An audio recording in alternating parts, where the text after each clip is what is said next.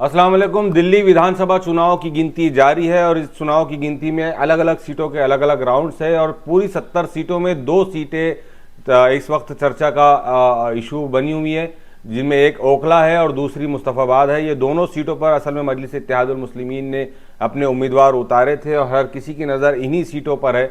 तो आइए जानते हैं कि इस वक्त ओखला की करंट पोजीशन क्या है। तो ओखला में टोटल 23 राउंड में गिनती होना है और अभी तक के 7 राउंड कंप्लीट हुए हैं और 7 राउंड में जब पहले राउंड की काउंटिंग कंप्लीट हुई थी तब अमानतुल्लाह तीसरे नंबर पर थे, लेकिन 7वां राउंड आते आते वो पहले नंबर पर अपनी बढ़त बनाने में कामयाब हुए। आपको बता दें कि अमानतुल्लाह वहाँ की एग्जिस्टिंग एमएलए है और मजलिस इत्तेहादुल मुस्लिमीन के उम्मीदवार जो चौथे नंबर पर थे शिफाउर रहमान, उन्होंने बढ़त बनाकर वो दूसरे नंबर पर आ गए हैं।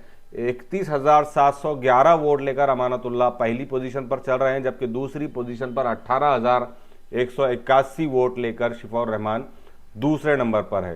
पहले राउंड के अंदर बीजेपी वहां पर बढ़त बनाई हुई थी। इससे यह अंदाजा कायम किया जा रहा था कि कहीं मुस्लिम वोटों की तकसीम से बीजेपी वहां से कामयाब ना हो जाए, लेकिन शायद यह अंदाजा गलत है और इस वक्त 21,000 वोटों से मनीष चौधरी जो कि बीजेपी के उम्मीदवार वहां से है वो तीसरे नंबर पर पहुंच चुके हैं। इस लिहाज से देखा जाए तो इस वक्त जो मुकाबला चल रहा है ओखला के अंदर वो शिफाउर रहमान और अमानतुल्लाह खान के दरमियान चल रहा है और दोनों के दरमियान 7वें राउंड की गिनती कंप्लीट होने तक 13,000 वोटों का डिफरेंस है। यानी 13,000 वोटों से अभी भी मजलिस इत्तेहादुल मुस्लिमीन के उम्मीदवार शिफाउर रहमान पीछे चल रहे हैं। अगर हम बात करें मुस्तफ़ाबाद की तो मुस्तफ़ाबाद में भी चूँकि काफ़ी ये उम्मीद जताई जा रही थी कि मजलिस इत्तेहादुल मुस्लिमीन के उम्मीदवार ताहिर हुसैन काफ़ी अच्छा परफॉर्म करेंगे, लेकिन वो तकरीबन 6-7 राउंड तक के काफ़ी पीछे रहे। लेकिन 13वां राउंड वहाँ पर कंप्लीट हो चुका है। वहाँ पर 20 राउंड की मुकम्मल काउंटिंग होनी है, जिसमें से 13 राउंड कंप्लीट हो चुके हैं और 13 राउंड में वहाँ पर कहीं ना कहीं मुस्लिम वोटों की तकसीम होती नजर आई, इसलिए कि 3 बड़े उम्मीदवार वहाँ मैदान में थे। एक ताहिर हुसैन एमआईएम से मैदान में थे, दूसरे आदिल अहमद थे आम आदमी पार्टी से और तीसरे अली मेहदी थे जो कांग्रेस से वहाँ से इलेक्शन लड़ रहे थे। इन तीनों ही उम्मीदवारों में मुस्लिम वोटों की यहाँ तकसीम हुई है, जिसका सीधा फायदा यहाँ पर बीजेपी को होता हुआ नजर आ रहा है। बीजेपी के उम्मीदवार मोहन सिंह बिशित जो 73,000 वोट लेकर फिलहाल नंबर 1 की पोजीशन पर चल रहे हैं, जबकि आम आदमी पार्टी के आदिल खान 34,900 वोट लेकर दूसरे नंबर पर है। तीसरे नंबर पर यहाँ पर ताहिर हुसैन है जो कि 5वें या 6ठे नंबर पर चल रहे थे, लेकिन 13 राउंड कंप्लीट होने तक ताहिर हुसैन तीसरी पोजीशन पर आ गए और ताहिर हुसैन ने अभी तक के 12,244 वोट हासिल किए। इस तरीके से देखा जाए तो फिलहाल ताहिर हुसैन मुस्तफ़ाबाद में मुकाबले में नज़र नहीं आ रहे हैं, जबकि ओखला में शिफाउर रहमान अमानतुल्लाह खान को बहुत ज़बरदस्त टक्कर दे रहे हैं।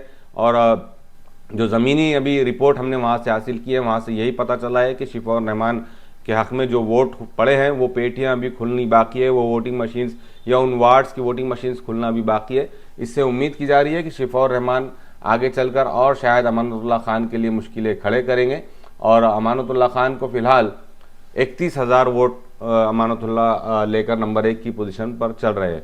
तो इस तरीके से देखा जाए तो दोनों ही सीटों के ऊपर मजलिस इत्तेहादुल मुस्लिमीन दूसरे और तीसरे नंबर पर अभी अपनी जगह बनाने में कामयाब हुई है।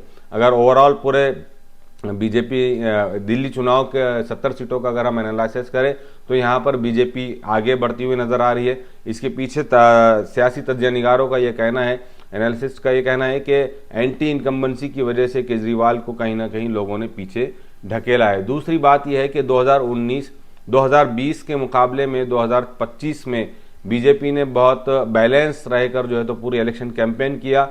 2020 में कटोगे तो बटोगे या जो है तो अमित शाह के कई सारे स्टेटमेंट्स ऐसे थे जिन्होंने एक आम हिंदू को भी जो है तो उन स्टेटमेंट्स की वजह से बीजेपी से दूर कर दिया था, जिसकी वजह से बड़ी तादाद में हिंदू और मुस्लिम वोट आम आदमी पार्टी की झोली में गिरे थे और आम आदमी पार्टी वहां हुकूमत बनाने में कामयाब हुई थी।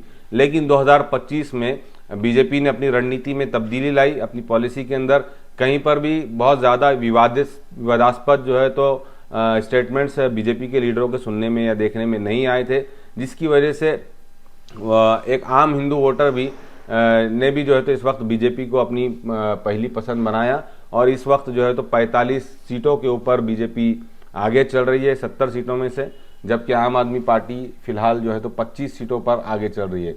कांग्रेस ने बड़ी इलेक्शन शुरू होने से पहले कांग्रेस के ने बड़ा दावा किया था कि वो इस वक्त जो इस मरतबा जो है तो कांग्रेस दिल्ली अपना जो खोया हुआ उनका खोई हुई हुकूमत थी वो वापस ले लेगी, लेकिन ऐसा कुछ फिलहाल कांग्रेस के हक में होता नज़र नहीं आ रहा है।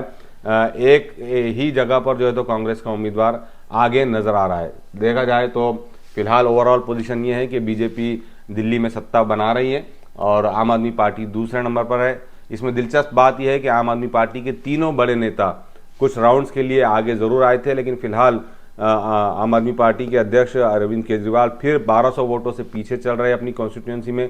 मनीष सिसोदिया और आतिशी जैन भी जो है तो अपने कॉम्पिटिटर से काफ़ी पीछे नज़र आ रही है। ओवरऑल सिनारो यही है कि फिलहाल दिल्ली में बीजेपी सत्ता बना रही है और इन 2 सीटों की अगर बात करें तो 2 सीटों में अभी भी मजलिस-ए-इत्तेहादुल मुस्लिमीन के उम्मीदवार ओखला में दूसरे नंबर पर और मुस्तफ़ाबाद में तीसरे नंबर पर अपनी बढ़त बना रहे हैं। और अपडेट्स के लिए देखते रहिए एशिया एक्सप्रेस टीवी।